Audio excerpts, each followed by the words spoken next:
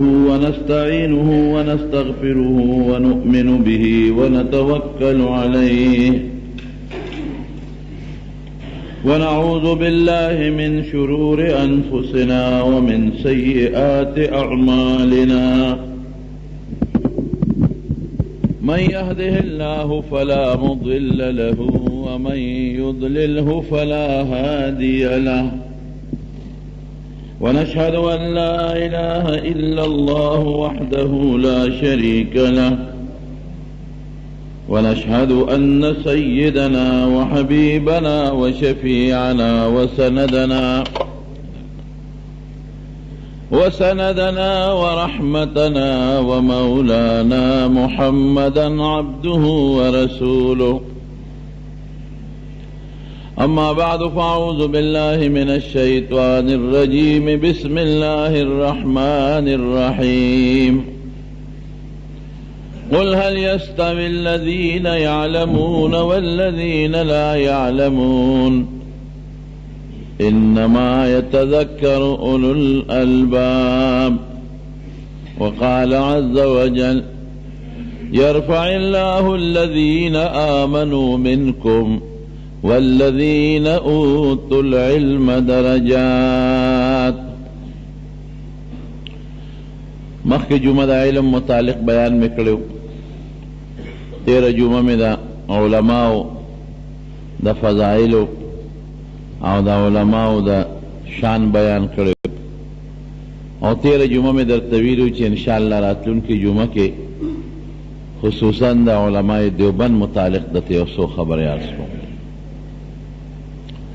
او دا اولی رونو دا ذکا چنن الحمدللہ زمون پر ملک کے، ہندوستان کے، افغانستان کے، پاکستان، بنگلہ دیش، ایران اور غیر چاپیرہ جو سمر ملکون دی علاقی دی، نو الحمدللہ غیتا دا دیوبند مدرسے اور دا دیوبند علماء فیض رسیدنے دی. دارالعلوم دیوبند بانی مبانی مولانا قاسم نانوتوی رحمت اللہ علیہ.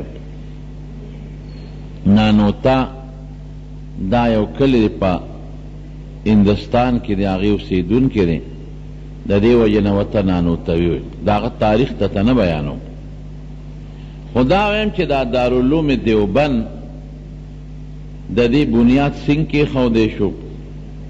تاسو تبا پتاو لگی دا علماء دا شان چی دا اللہ دا علماء سر سمر مینا دا او چی سوک دا علم و دا دین کار کئی اگا خدای پاک دا سونا خوخت دی. مشہور خدا سے دا او تاریخ ہم دا سے لکی چی مولانا قاسم نانوتوی رحمت اللہ علیہ یا استازو دا غنو ملا محمودو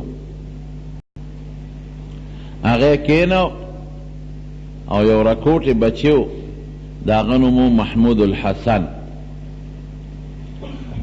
او دا انار یو بوٹیو آغای سرخوا کی یو جماعت چتا والی مسجد پا دی جماعت کی مولانا قاسم نانوتوی رحمت اللہ علیہ خطیب و امام.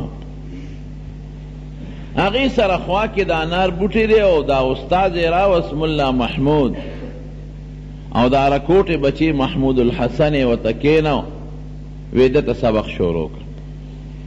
گوره دا یو استاز دا مدرسه روانه شوا او اغا وقت شاگردان مشل ندی و دیرش تری و سلویخ ندی او نی والا پوسٹر چاپ کردی دی و نی والا خلق را غخت دی. یو استاز او یو شاگرد او بوٹم دانار دا غیلان دی مدرسه شروع شو. زمونگ دا عالمان وی دا دو محمودینو نا مدرسه جوڑا شو. محمود اغا چاہتا ہوئی چی سوک پا خسی پت یادی گی. اغا دو کسان چی اغا دوار نمون داسی دی پا خکلو صفتونو یادیدون کی خلق محمودین داغین مدرسه روانه شو. اقل وی دو کسان او یو استاد ملا محمود یو شاگرد محمود الحسن دا دین سنگا مدرسه روانیگی او نه دا مدرسه بلڈنگ شتا نه و تا پکیشتا و نه چت شتا او نه هاستل او دارالاقامه شته او نه لنګر شته او نه رسید بک شته او نه چنده شته. یو څیز شته چې هغې ته اخلاص وایي. زړه کې چې کلم د انسان اخلاص راشي کنه، اخلاص څه ته وایي؟ اخلاص دې ته وایي چې د ده په زړه کې دا راشي چې الله زه ستا د دین خدمت کوم، بل غرض مې نشته سوا د دې نه چې الله ته خوشحاله شي. دې ته اخلاص وایي. الله زه دا 2 رکعاته مونځ کوم، الله بل غرض مې نشته بېره دې نه چې ته ورباندې خوشحاله شي. الله زه دا زکات او صدقه ورکوم، خدای دې کې مې بل هېڅ غرض نشته، صرف یو غرض مې دی هغه دا چې الله ته خوشحاله شي. مخلوق دې اړو ونه ویني، مخلوق دې اړو خبر نشي، مخلوق دې اړو خوشحاله نشي. زما زړه دې مړو خوشحاله نشي، زړه مې خفه دی که خوشحاله دی، خو الله زه خالص دې دپاره دا عبادت کوم چې په دې ته خوشحاله شي.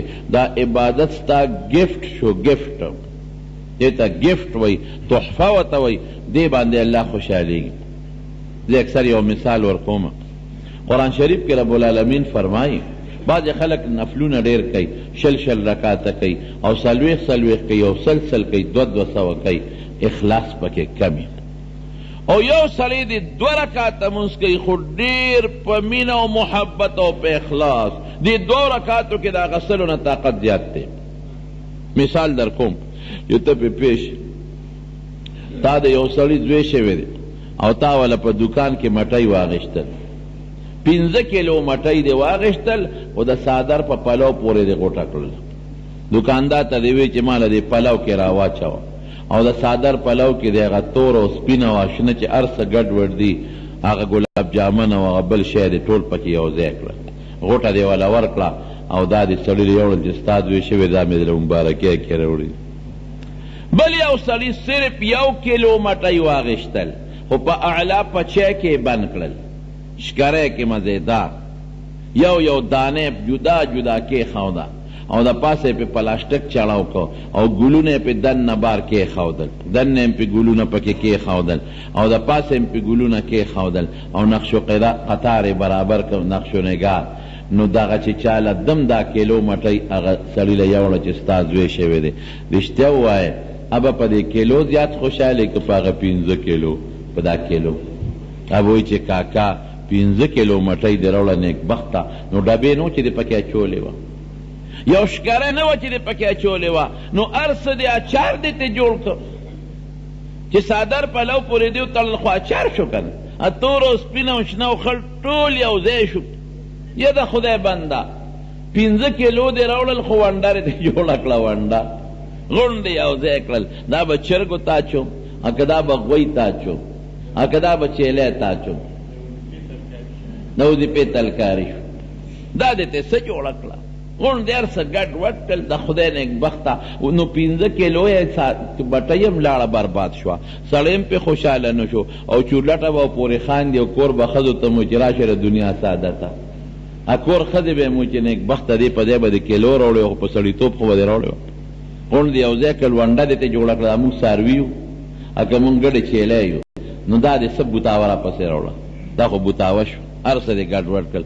او چې هغه چا کیلو مټۍ وړې ده هغه یو دانه جدا جدا پرته ده، خشته ده، که فرج کې کېدې نو هم څو ورځې خرابېږي نه او په مینه به وخورې. نو 1 کیلو د بل 15 کیلو، نو سړی په کومه به خوشحالېږي؟ په هغه کیلو. گفت شو، تحفه شو، مزیدار. دغه رنګې رب العالمین قرآن شریف کې فرمایي خلق الموت والحیات لیبلوکم ایکم احسن عملا. وی ما ژوند او مرګ پیدا کړي، ژوند دارالامتحان دی، د امتحان دی، او د مرګ نه پس دارالجزا ده، د هغې امتحان نتیجه ده. دا څه دپاره؟ لیبلوکم، الله ازمایش کوي، ایکم احسن عملا، چې د چا عمل به گفت او خشته وي. دا نه وایي چې ایکم اکثر عملا، د چا عمل ډېر دی، ډېروالي ته خدای نه ګوري، د خدای په عبادت څه. دا نه وایي ایکم اکثر عملا چې د چا عمل ډېر دی، څونه زرګاو رکعتونه یې کړي دي او څومره زرګاو روپۍ صدقه کړي دي. دا نه ایکم احسن عملا، د چا عمل خشته دی، مزیدار دی، تحفه ده، گفت دی چې الله پې خوشحاله شي. نو اخلاص چې په کم عبادت کې وي، اخلاص یو اوږد حدیث دی د مشکات شریف، او د بخاری په اول کې راځي چې ته بل وخت به درته ویم مل احسان. صحابه د حضور نبی علیہ السلام نه جبریل علیہ السلام تپوس کوي ان تعبد الله کأنک تراه فإن لم تکن تراه فإنه یراک. دو مرتبه خی دا دو محسنه مرتبه اخلاص والا مرتبه، یو د مشاهده او بل د مراقبه. په داسې طریقې عبادت وکړه چې گفت او تحفه ته جوړه شي. نو د مولانا قاسم نانوتوي رحمت الله علیه چې دا کم د انار د بوټي لاندې دوه کسه کېنول، ملا محمود او محمود الحسن، اخلاص دی پکې جی. هغه اخلاص برکت کم ځای ته ورسېد. ماشوم دی، ماشوم خوب یې ولید، وی د بیت الله د پاسه ولاړ او زما د دې لاسو خپو د ګوتو نه نهرونه روان دي او بیږي، نهرونه روان دي، د پیو نهرونه دا روان دي او دا د دنیا د ګوټ ګوټ ته روان دي او بیږي. نو چې خوب نه پاسېد، دا ماشوم دی، بچی دی، نو مامې دی مولانا عبدالسمیع رحمت الله علیه وی ماماجي داسې خوب مې ولید، هیبت کې لږ پروت و، وی بچی ډېر خشته خوب دی ولید. الله به تا نه د علم نهرونه روان کی، هغه علم چې تعلق د بیت الله شریف سره دی، د بیت الله والا علم نهرونه به دنه خدای روان کی او د دې ولی به رب العالمین د دنیا ګوټ ګوټ ته ورسېدی که ونه رسېدی. دارالعلوم دیوبند سړی حیران شي. ډېره زمانه مخکې زه په مدینه شریفه کې ناست وم، دننه دویمه چترې نه خوا کې یو مولوي صاحب و، په هغه وخت کې دا تقریبا 5-6 کاله وشو، بیا مې ونه لید او ما یېرم چې مې د چا نه تپوس کوم چې مولوي صاحب څه شو. نو هغه به د مازدیګر نه پس بیان کو. بابي عبدالمجید بابي مجیدي ورته وایي چې په هغې سړی زوړ بابي مجیدي، په هغې چې سړی ودن نه شي دغه ځای کرسی پرته. اوس پې دوه علما تک بیانونه کوي، سار یو عالم بیان کوي او مازدیګر په هغه کرسی بل عالم بیان کوي. نو هغه بیان کو، زه اتفاقا مازدیګر ناستم، بیان مې واورېد، هغه داسې په لوډ سپیکر بیان کوي. نو هغه ډېر انصافدار او معتدل مزاج سړی و چې د دې امامانو نومونه به رالل نو ډېر په عزت پې اخېستل. امام شافعي او امام احمد ابن حنبل رحمت الله علیه به ورسره وي. نو زما ته کې دوستان شاګردان هغې نه م تپوس وکړو، مې دا سړی خو ډېر انصافدار معلومېږي. هغه وخت کې یو پوټې به زمونږ د دې امامانو متعلق بعضې خلکو لږه تیزیک چلوله او بعضې خلکو به ښه نظر باندې د هغوی ته نه کتل او نه به یې په ښه الفاظو د هغې نوم اخېسته. نو ما وی چې هلکه دا خو ډېر انصافدار سړی دی.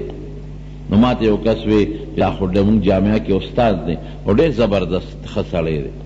نو ما ماښام نه پس به هغه د سوالونو جوابونه بیا کول، خلکو به یې تپوسونه کول. ماسخوتن نه پس به 2-3 کسه ورته راجمع شو چې ماسخوتن لمونځه شو نو زه ورغلم.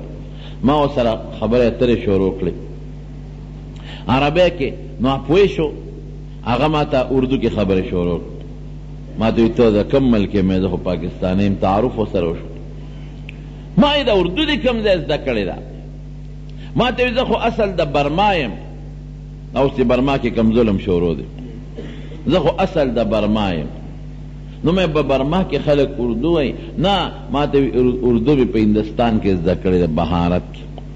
مې په هند کې، هغې ته هند وایي، اردو مې هند کې زده کړې ده. نو ما وی هند کې د څه کول هلته کوم ځای زده کړې ده؟ حالانکې دی وایي چې زه د برما یم، اوس د مدینې منورې ما سره نیشنلټي ده، باقاعده مستقل سکونت پلار نیکه مې دلته راغلی دی، خو زه تللی وم هند ته او هلته کې مې اردو زده کړه. مې هلته کوم ځای زده کړه؟ وایي په دارالعلوم دیوبند کې مې زده کړې ده. مې هلته څه کول دیوبند کې؟ وی خندل، وی زه لومبې د دارالعلوم دیوبند فارغ التحصیل یم، هلته مې دوره حدیث کړې دی، فارغ یم. هغې نه پس مې جامعه کې دلته حدیث ویلی دی. ما دې مه لګوئ، دې ته نقصان دی. نو ما وی چې خدای ذوالجلال ربه ته څومره لوی ذات دی. د دارالعلوم دیوبند بچې د نن د حضور پاک په کلي کې کېنولی دی.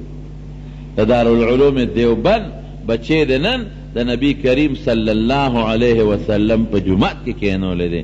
او د دارالعلوم دیوبند بچی نه د نن په مسجد نبوي کې د حدیثو هغه درس روان کړی دی چې کم به حضور پاک کو او کم به عبدالله ابن مسعود او ابو هریره او حضرت انس کن.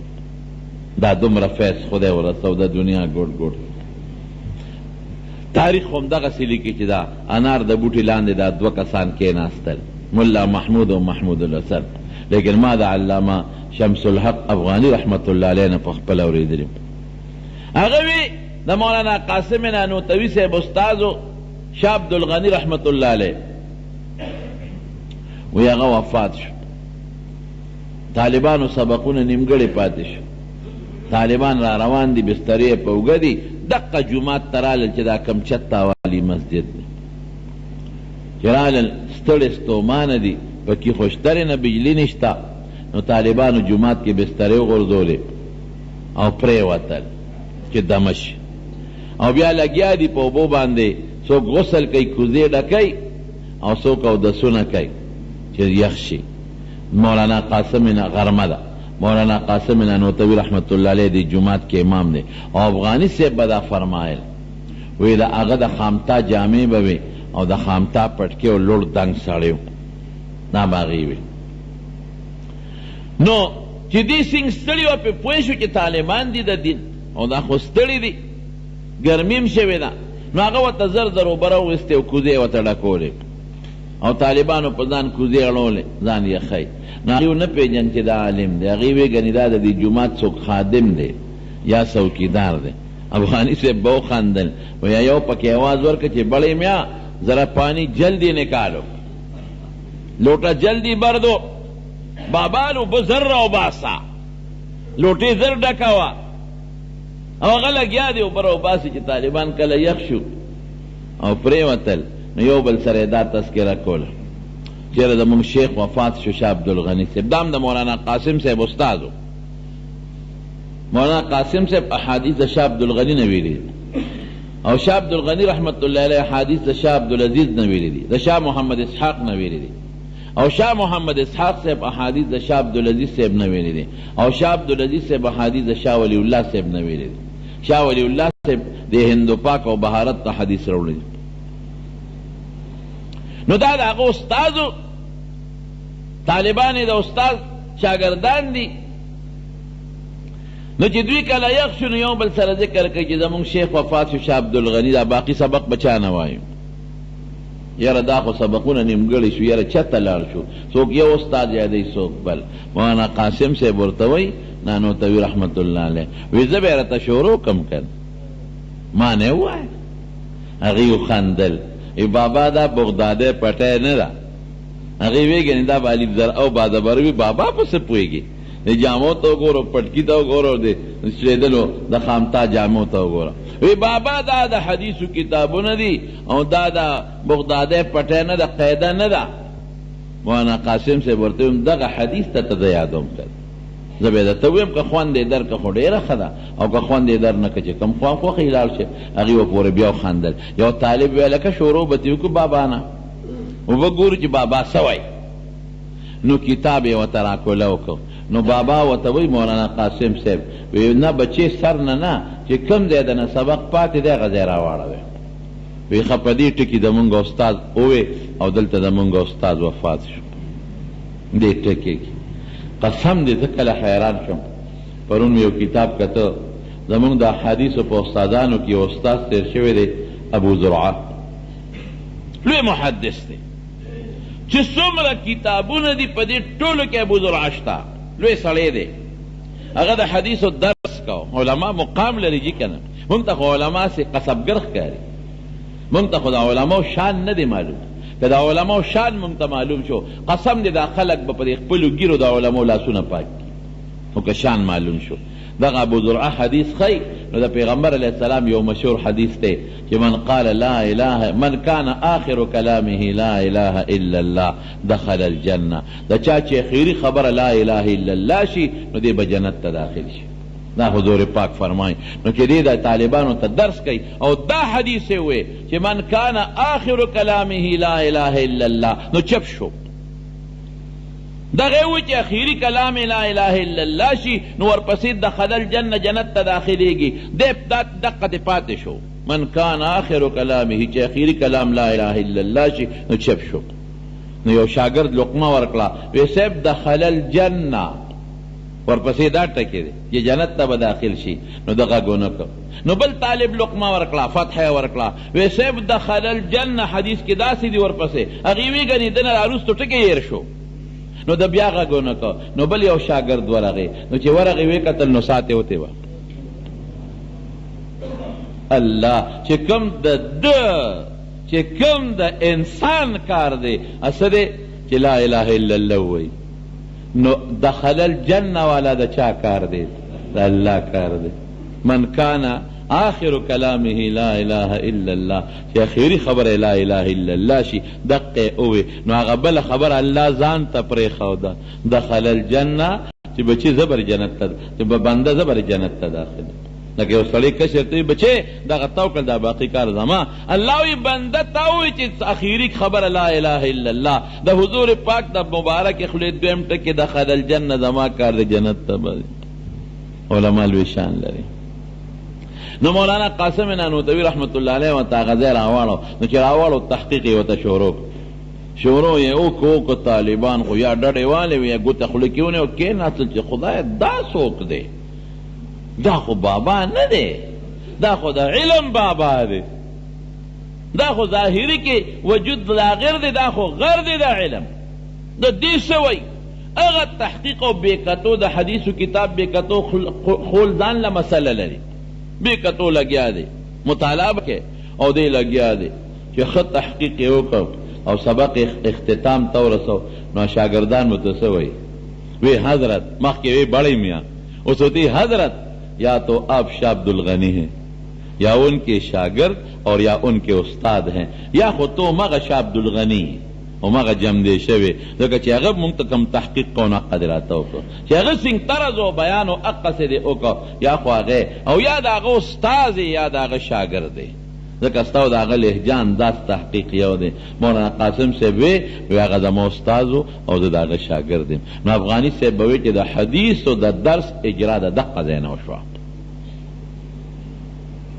مولانا قاسم نانوتوی د دارالعلوم دیوبند بانی مبانی لوی شخصیت د زمانه لوی شخصیت انګریزانو یو ځل ورپسې وارنټ جاری کړ عجیبه ده کنه سنت او اتباع د دیوبند اکابرو ته ګوره وارنټ جاری کړه د گرفتاره نو د 3 ورځې کور پټ نو 3 ورځې پس راووته چا وته صاحب مروزه د کور نه انګریز د گرفتاری وینا وی دا 3 ورځې چې د کور کې بندوما نو دام د بوزدلې د وجه نه دا مې د پیغمبر علیه السلام په سنت عمل کو حضور پاک د مکې د کافرو نه په غار ثور کې سوچ پی کړی دی 3 شپې وی په دقه نیت مې 3 ورځې کور تیرې کړې چې حضور پاک 3 ورځې غار ثور کې پټو نو زه هم په خپل کور کې په خپل غار کې 3 ورځې پټ شم او حضور پاک 3 ورځې نه زیات پټواله نه دی کړی نو 3 ورځې نه پس هم پټواله نه کوم بس اوس مې کانګریس گرفتار مې دی او عشق سونو الله اکبر شنی د شین رنگ سپلې چا ول سپلې راوړی هغه کې شین رنگ لګېدل وی بچی دا لري کا د شین رنگ سپلې نه دی استعمال کړي نو چا وته وی دا ولی دا د شین رنگ سپلې ولی نه استعمال وی د نبی علیہ السلام د ګمبت مبارک رنگ شین دی چې دا په کوم اق شین رنگ را تر یادېږي چې زما په شین رنگ د پاسه پرتی حالانکه دا په شریعت کې معنی نه که څوک پشین قالین کینی نو اس پروا نشتا پشین صادر سو کینی اس پروا نشتا حضور پاک داسې کړی دی او که شیدن سپلای پخپو کې اس پروا نشتا لیکن دا دغه عشق خلک وی علماء دیوبند کې عشق نشته مې تا علماء دیوبند کتلی نه دي کتا علماء دیوبندو قتل دا عشق دا چې عشق سره اتباع د سنت مو عشق سره عمل د پیغمبر علیه السلام په حدیث مو یوازې پرنګونو او اکتفا نه ده کړی او که یوازې پرنګونو ته اکتفا کوي د بشین او سور او تور رنگ او باقی به مې خدای بخي نو داسې علماء دیوبند دغه عشق بیانو دا او په مدینه شریفه کې چې به ګرځېده نو سپلی نه دي پخپو کړی مدینه شریفه کې چا ورته وی صرف پې به دې تڼا کې شي وی په کومه خاوره چې د دواړو جهانو مبارک سردار قدم ایښی دی اگر چې هغې سپلی کې قدم ایښی دی نو قاسم نانوتوي به هغې کې به سپلو نه ګرځي دا د مولانا قاسم نانوتوي رحمت الله علیه هغه عشق او دارالعلوم دیوبند بنیاد ولا چې خاوده دی الله اکبر د شپې په سوچ او خوب او فکر کې چې خدای دارالعلوم به جوړم. هر سړی چې یو ځای جوړوي نو هغه په خوب کې هغه نقشې ویني. دلته به دارالحدیث په کوم ځای جوړوم چې د حدیثو درس پکې کېږي، طالبانو کوټې به کوم ځای کې وي، دا به څنګه په دې سوچ او ټینشن کې پروت دی. خوب کې نبی کریم صلی الله علیه وسلم علم ولی قاسم په ټینشن کې الله رسول دلته مدرسه جوړوم، درسگاه جوړوم ستا د دین. خود سوچ کم چې دارالحدیث کم ځای جوړ کم، دروازه کم ځای جوړه کم او کوټې کم ځای جوړه کم. وراده نقشه درته ذات شوم. حضور پاک ورته فرمای نقشه درته ذات شوم. نبی علیہ السلام سره مبارکه کونټه ده، اته مخکې دی ورپسې د کرخې وته راکاږي. دلته به دارالحدیث جوړ کې، دلته به کوټې جوړې کې، دا به دروازه شي، دا به د طالبانو د سکونت ځایونه شي. چې کله خوب نه پاسید وی حضور پاک رانه مخکې زور پسیم، او حضور پاک په غزمکه چې ګرځي بې سپلو ګرځي، قدمونو سره ګرځي.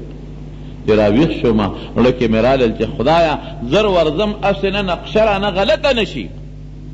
خوب چې سړی نه بیا یېرېږي چې ورشم چې کوم ځای کې نبي علیه السلام کرښې راښکلي چې هغه کرښو باندې زر زه څه کرښې واچوم او ګیلکار مزدور راولم چې کار پې شروع کړم. چې ورلم د حضور پاک د کونټۍ مبارکې کرښې هغه ځای کې همغسې پرتې وي او د قدم مبارک نښې هم په هغه ځای کې پرتې وي. نو جناب د کم ځای بنیاد نقشه چې محمد مصطفی واچي صلی الله علیه وسلم او قدمونه پکې هغه مبارک والی، سمو خیال دی له به خدای برکت ورکوي که ونه ورکوي. دیوبند خو هسې د کلي نوم دی لکه تورنګځی دی، او دلته څوک دارالعلوم جوړ کوي دارالعلوم تورنګځی، یا په عمرزو کې څوک دارالعلوم جوړ کوي دارالعلوم عمرځی، یا پېښور کې جوړ کوي دارالعلوم پېښور، یا سرحد دارالعلوم کې مولانا بنوري صاحب رحمه الله مدرسه جوړه کړې ده نو دارالعلوم سرحد ورته وایي، یا په کراچۍ کې دارالعلوم جوړ شوی دی مفتی محمد شفیع صاحب رحمه الله دارالعلوم کراچي ورته وایي. نو کراچۍ خو د ځای نوم دی، دیوبند د کلي نوم دی.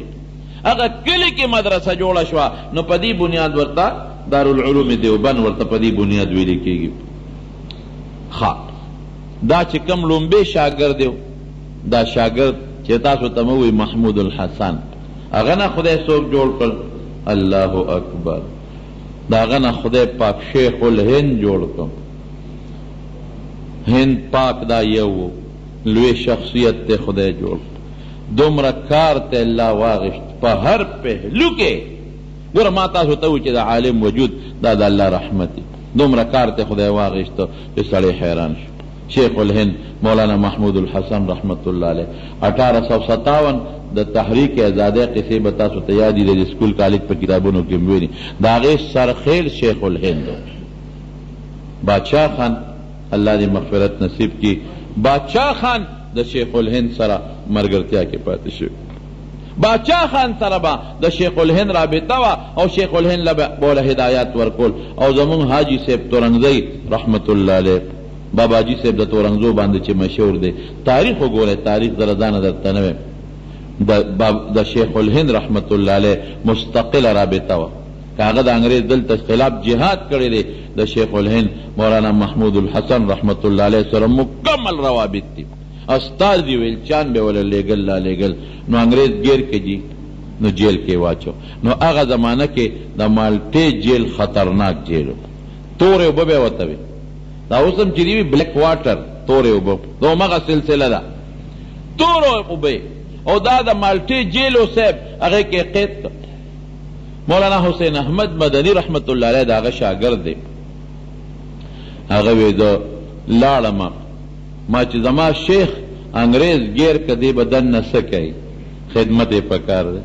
هغه کونډی هم خوږېږي، د هغه خو ګرم اوبو ته ضرورت دی، د هغه چاپې ته ضرورت دی، او جیل کې خو دشمن دی انګریز، دا به څه کوي.